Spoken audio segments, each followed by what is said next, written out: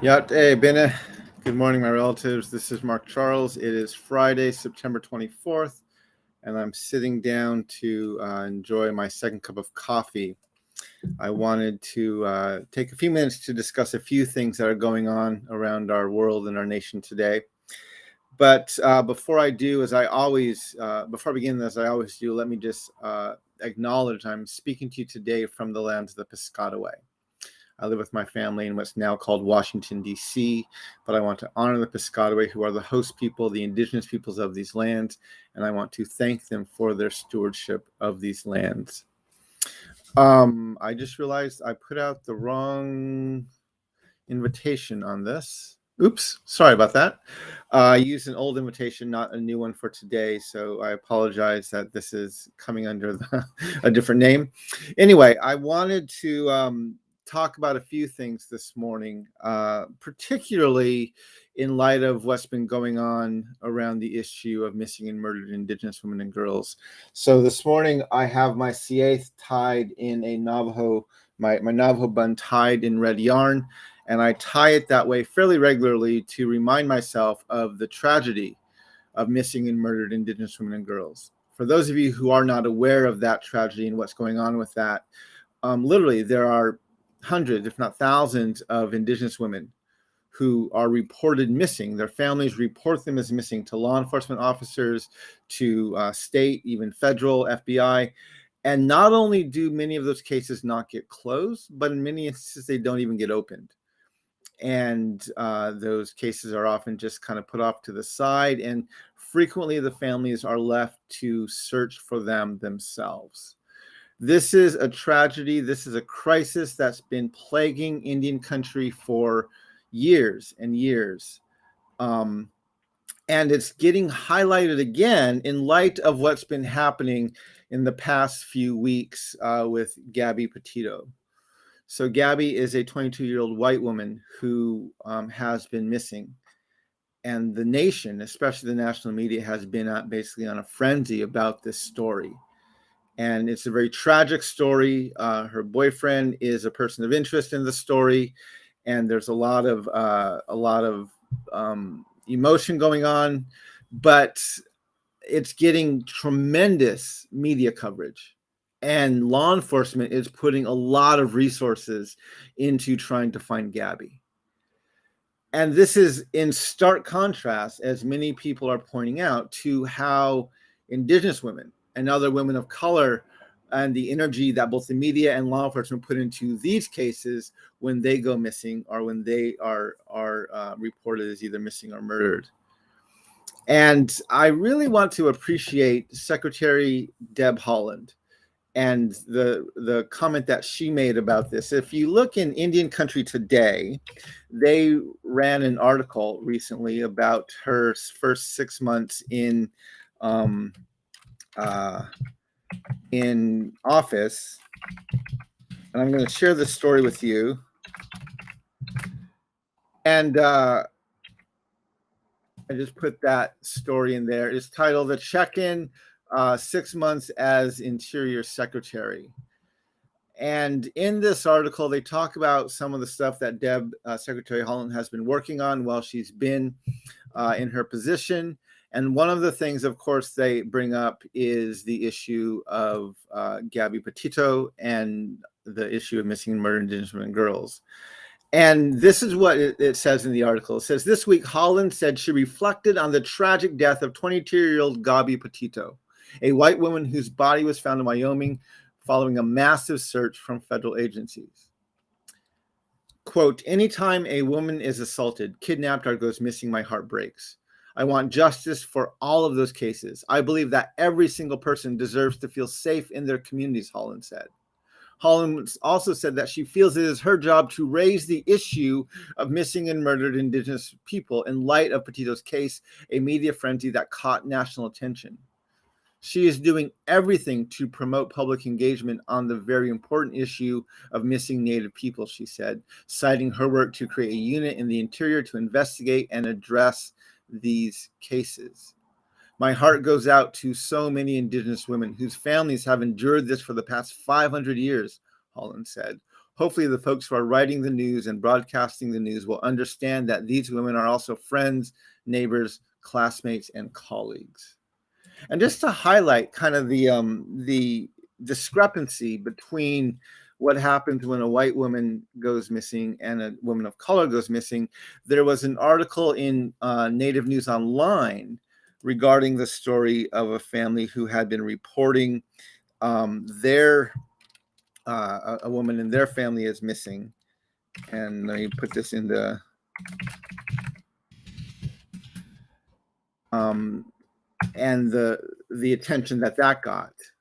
And one of the things they point out in that story of this Lummi woman who has been reported missing is that until the story of Gabby broke, their case got almost no attention. In fact, they were put on the back burner by law enforcement, and the media was not paying any attention until the case of Gabby came to the forefront, and then they began getting more media attention.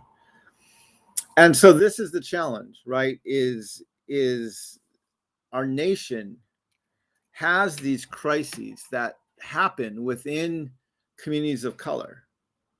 And this is not only the case, and this isn't the only example that's happening with missing women, but this is what happened with drug addiction. This is what happened with other crises, health crises, opioid addiction, other things like that. They first take foot and are affecting communities of color.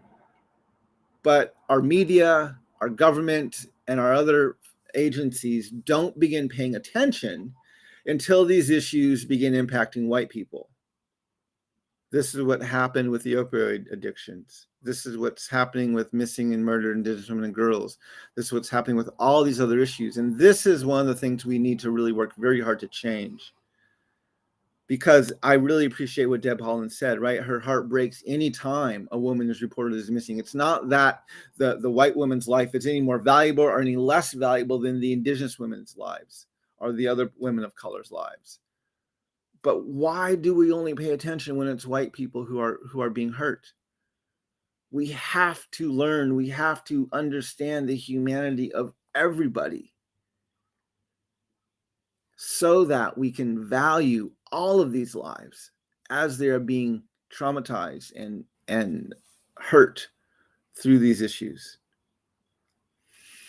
So I wanted to appreciate Secretary Deb Haaland and thank her for her words. And I wanted to just kind of raise and highlight that right now because that's going on so prevalently in the news right now. This issue that I wanted to make sure we were not missing the fact that there are many, many ongoing and even cases that haven't been acted on of people of color, women of color, who have been reported missing, and nothing's been happening in those cases. And yet the whole nation seems to be captivated by this story of Gabby. And not to diminish Gabby's life at all, or the horrific whatever happened with her, but that we need to do something about this discrepancy. The other thing I wanted to talk about a little bit today is some of my thoughts on moving forward and what it is I'm trying to do. I've taken the last several months to really think through and to kind of process through the 2020 election and what was good about that, what were some things that we were positive coming out of that, and what were some of the challenges and things that yet need to be overcome. And I haven't been shy about stating I'm not by any means ruling out the option of running again at some point in the future. But one of the things that if I do run again at any point, I want to make sure that I'm not just doing the same steps and hoping for a different result. I really want to see, is there something we can do to make the situation different so we could possibly get a different result? Ideally, I'd love to get elected, but even if we just were able to get more national attention and become a broader part of the dialogue, that would even be a huge step forward. And so I've been pondering what to do about this. And many of you know in 2020, I ran as an independent. And I did that knowing that that was going to silence my campaign a little bit, because the media primarily only focuses on the two-party system. It primarily only focuses on Democrat and Republican, and it doesn't, even though a majority, a large number of voters vote independently, but the media only presents the narratives coming from the very binary and partisan two-party system that we have. But the reason that I ran as an independent was because of the way the primaries are structured and the way both parties work to subvert democracy, so that they can present time and time again a white landowning male for the nominee. And they go through great lengths. And we saw that again. I'm not going to rehash all that. We saw that again in 2020. And when I ran, I didn't want to just run for the opportunity to run another party. I actually wanted to run. And I knew that had I run as a Democrat or had I run as a Republican, because not only of who I was, the color of my skin, and the issues I was trying to represent, but because I was really going into the foundations of our nation, I knew the two parties would never nominate me. And so I knew that running as an independent, while it was definitely a long shot to get to the White House, it was the only path that actually gave me a shot, right? And I think Bernie Sanders proved that pretty definitively, where he was a white landowning male, and he couldn't even get traction within the Democratic Party enough to get nominated. And we saw the way the system really turned on him. Anyway, so the point of this is, I ran as an independent for some very specific reasons.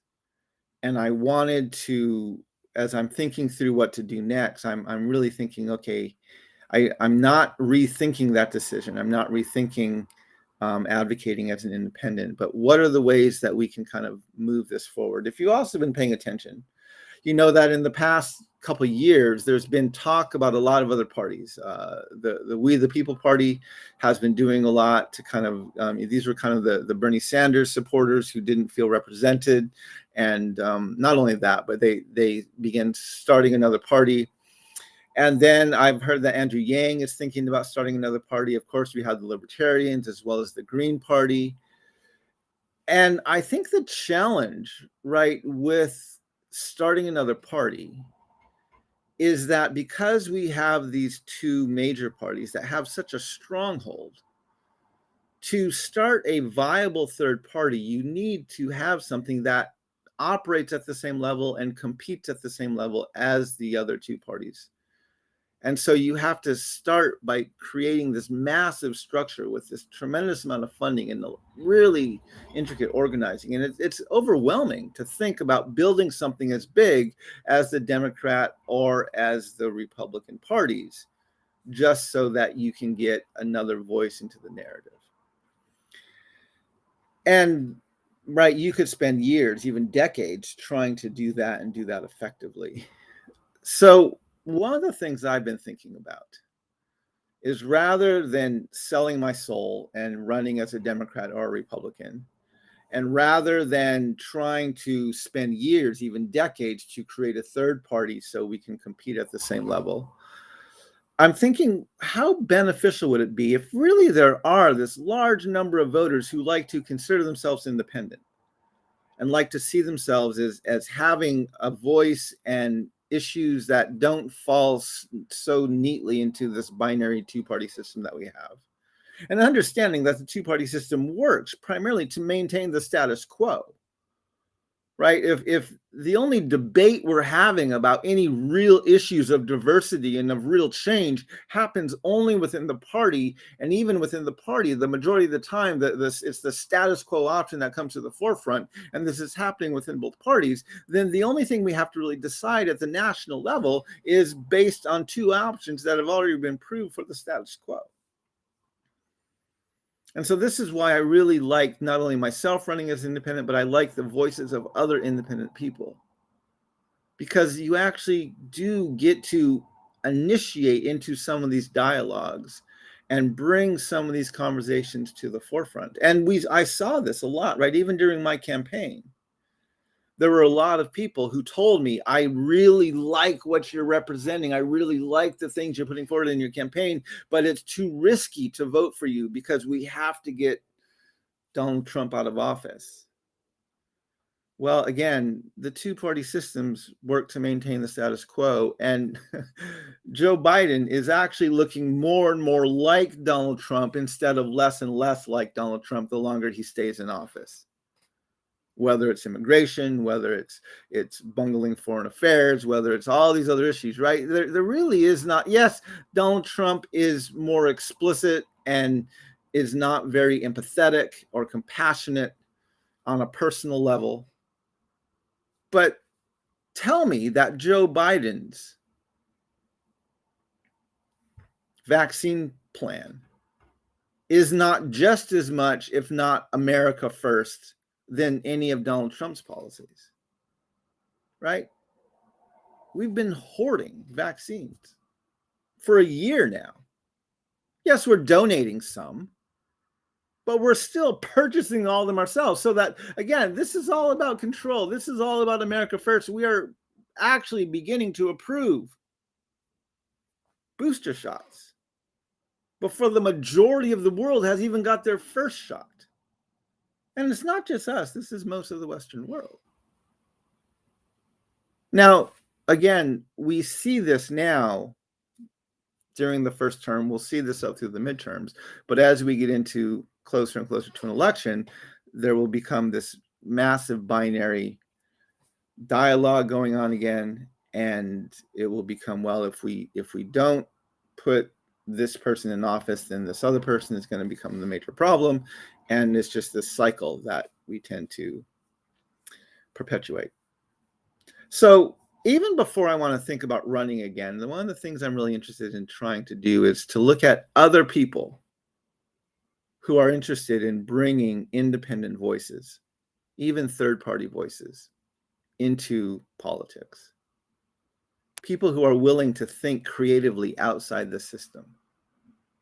Because one of the things that we don't get with this two-party system is real robust debate. We get a lot of flame throwing. We get a lot of screaming and yelling. But we don't get real honest debate. We get told who to demonize and who to worship, but we don't get real constructive debate about these issues because these two parties make every single issue binary. And the world is not that binary. And we need to examine things and look at things from different angles and different sides and see the strength that comes not only from having diverse people in office, but from having a diverse set of ideas that we're debating and thinking about and talking about. And so I'm beginning to look more at how can we encourage other people, independent-minded people, people interested in politics, younger people who have really energetic ideas that they want to bring to the table, even regardless of whether I agree with them wholly or not. But are they bringing something substantive to the table? And can we find a way to support that? Can we find a way to encourage that? Can we find a way to help make a more robust debate? And if we're able to do that, then we might actually be able to get more people in office around the nation who think more independently and don't buy into this trapping of the binary two-party system. And so that's one of the things I'm beginning to focus on a little bit more right now. I've been talking with some partners and some friends. We're thinking about putting some stuff together to begin to find a way to encourage this. But yeah, I really want to do some work in the next few months about encouraging and energizing voices of independent people who want to bring a diverse dialogue to the table and who represent diverse communities, right? the Republican Party does not represent communities of color. They don't. The Democrats, they tease diverse communities in the primaries. But by the time they get to the general election, they're like, no, we're putting forth this white landowning male from the 1%. And then they work very hard to remove third-party independent candidates from the races because they don't want their base to wander. So rather than trying to build up another single third party to confront all of that, I'm thinking, what if we actually just encourage a wide group of third-party independent people to bring these voices to the table, so that not just in primary or in general or in primary elections, but even in general elections, we can see, hey, there's a lot of other options. There's a lot of people thinking very creatively and differently about this. And can that not begin to deconstruct and even decenter some of this binary two-party Democrat-Republican worldview that we've been forced to live in for the past, since the beginning of the founding of this country? So anyway, these are some things I'm beginning to think about, some things I'm starting to put some thought into. And if you have thoughts on this, I encourage you to reach out to me, because I'd love to talk with people who have some ideas and some thinking on this. Again, we're beginning to put some stuff down. We're looking at potentially doing something with a PAC. There's a lot of options we have right now, but I really want to begin to see. We hear that there's a lot of independent voters out there, but I would love to see what happens when we actually begin to encourage some really high quality independent candidates to put their hat into the ring at a lot of different levels, local levels, state levels. What can we do? What kind of energy can we begin to generate? And then can that collective energy, again, even if it doesn't agree on everything, but can that collective energy and creativity become something that is able to confront and compete with this massive two-party system? Anyway, those are my thoughts. I hope this has been helpful.